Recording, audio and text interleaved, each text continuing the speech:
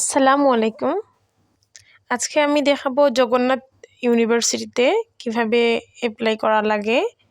তো আপনারা ইতিমধ্যেই জানেন যারা এইচএসসি পাস করেছেন 2024-এ তাদের জন্য পাবলিক জগন্নাথ ইউনিভার্সিটিতে অ্যাপ্লিকেশন সার্কুলার চলে আসছে এবং আজকে থেকেই অ্যাপ্লাই শুরু হবে এবং অ্যাপ্লিকেশনের শেষ ডেট হচ্ছে 15ই ডিসেম্বর 2024। তো যারা অ্যাপ্লাই করতে চাচ্ছেন তারা দ্রুত অ্যাপ্লাই করে ফেলেন।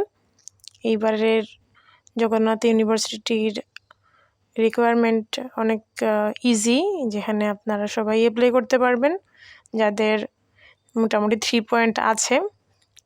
শুধু এ ইউনিটের জন্য 3.50 লাগবে বা তার উপরে লাগবে। তো আমি অ্যাপ্লাই নাওতে ক্লিক করলাম। ক্লিক করার পরে এরকম একটা ইন্টারফেস আসছে। এই ইন্টারফেসে দেখেন এখানে সব রিকোয়ারমেন্ট ভালো মতো লিখে দেওয়া আছে। তবে এই ক্ষেত্রে কিন্তু আপনাকে এসএসসি পাস করতে হবে 2021 অথবা 2022 সালের এবং এইচএসসি পাস করতে হবে 2024 সালে। অর্থাৎ জগন্নাথ ইউনিভার্সিটি কোনো ইয়ার গ্যাপ অ্যালাউ করে না বা সেকেন্ড টাইম অ্যালাউ করে না। তো এই ইউনিটে দেখেন 3.50 এসএসসিতে এবং এইচএসসিতে টোটাল আপনাকে 8 পয়েন্ট থাকতে হবে। তার মানে কি আপনাকে 3.50-র উপরে আসতে হবে। 3.5 মিলে কিন্তু 7 পয়েন্ট হয়। তার মানে 7 পয়েন্ট হইলেও আপনি এই ইউনিটে অ্যাপ্লাই করতে পারছেন না। আপনাকে হয় 4 পয়েন্ট পাইতে হবে, এসএসসি এইচএসসি মিলিয়ে 8 পয়েন্ট হইতে হবে মিনিমাম। তো অন্যান্য ডিপার্টমেন্টে আবার কিন্তু মিনিমাম 3 পয়েন্ট হইলে আপনি অ্যাপ্লাই করতে পারবেন, কিন্তু তার পরেও কিন্তু আপনার 7.5 লাগবে। মানে একটাতে যদি আপনি 4 পয়েন্ট পান আর একটাতে যদি আপনি 3 পয়েন্ট পান তাহলেও কিন্তু আপনি অ্যাপ্লাই করতে পারছেন। তো সব থেকে কম রিকোয়ারমেন্ট হচ্ছে ইউনিটে, যেটাতে আপনি এসএসসিতে 3 পয়েন্ট পাইলেন এবং এইচএসসিতে 3.50 পাইলেন, বা এসএসসিতে 3.5 এইচএসসিতে 3 পয়েন্ট পাইলেও আপনি অ্যাপ্লাই করতে পারবেন। মানে টোটাল 6.5 আসে আর কি।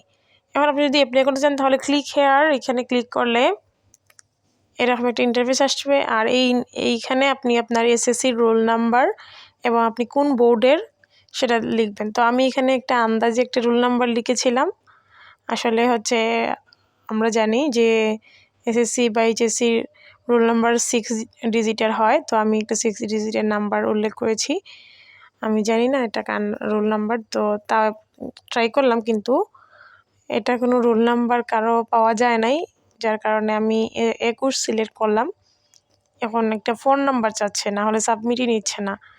তো 11 ডিজিটের একটা ফোন নাম্বার আমি টাইপ করছি আপনাদের শুধু দেখানোর জন্য। আমি সাবমিট করব না। যদি কেউ অ্যাপ্লাই করতে চান সেক্ষেত্রে আমার সাথে যোগাযোগ করলে আমি অ্যাপ্লাই করে দিতে পারি। তো আমি এই নাম্বারটা টাইপ করার পরেও কিন্তু আমি অ্যাপ্লাই বাটনে ক্লিক করলাম, দেখা যাক কি হয়। একটা আন্দাজে একটা নাম্বার টাইপ করছি। যেহেতু এটাই ইনভ্যালিড নাম্বার, এটাতে না আসার সম্ভাবনাটাই বেশি। এখানে যদি কেউ অ্যাপ্লাই করেন তাহলে আমি দেখা দিতে পারতাম, কিন্তু আমার আসলে পরিচিত কেউ নেই যারা এবার অ্যাডমিশন টেস্ট দিবে। আমি নিজের অ্যাডমিশন টেস্টের অ্যাপ্লাইগুলো আমি নিজেই করেছিলাম। যখন আমি নিজে অ্যাডমিশন টেস্ট দিই, আমাদের সময় তো আমরা প্রত্যেকটা ইউনিভার্সিটিতে গিয়ে আমরা পরীক্ষা দিয়েছি। দেখছেন এখানে কিন্তু ইনভ্যালিড লেখা আসছে। তার মানে কি আমি এখানে অ্যাপ্লাই করতে পারবো না, যেহেতু আমার কাছে কোনো রিয়েল ডাটা নেই। এখন যদি কেউ অ্যাপ্লাই করেন তাহলে আপনি প্রথম ধাপে এসএসসি এইচএসসি দিলেন, তারপরে আপনি অ্যাপ্লাই নাও ক্লিক করেন। পরের ধাপে আপনার এভাবে আরও কিছু তথ্য ছাপে, আপনার বর্তমানে